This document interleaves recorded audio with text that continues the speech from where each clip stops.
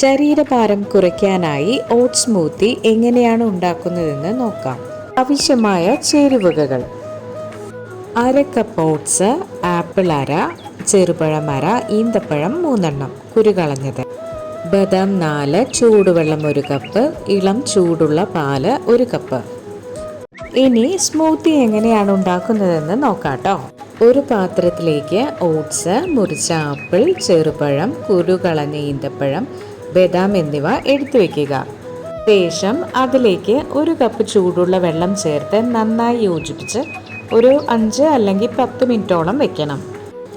എടുത്തു വച്ചിരിക്കുന്ന ഈ മിശ്രിതം ഒരു മിക്സി ജാറിലേക്ക് മാറ്റി നന്നായി അരച്ചെടുക്കുക. അതിലേക്ക് ഇളം ചൂടുള്ള പാൽ ചേർത്ത് ഒരിക്കൽ കൂടി നന്നായി അടിച്ചെടുക്കുക. Easy and tasty smoothie ready ആയിട്ടോ. ഡെക്കറേറ്റ് ചെയ്തും ഇല്ലാതെയും നമുക്ക് ഉപയോഗിക്കാം. മധുരത്തിന് തേൻ കൂടി ചേർക്കാൻ മറക്കല്ലേ.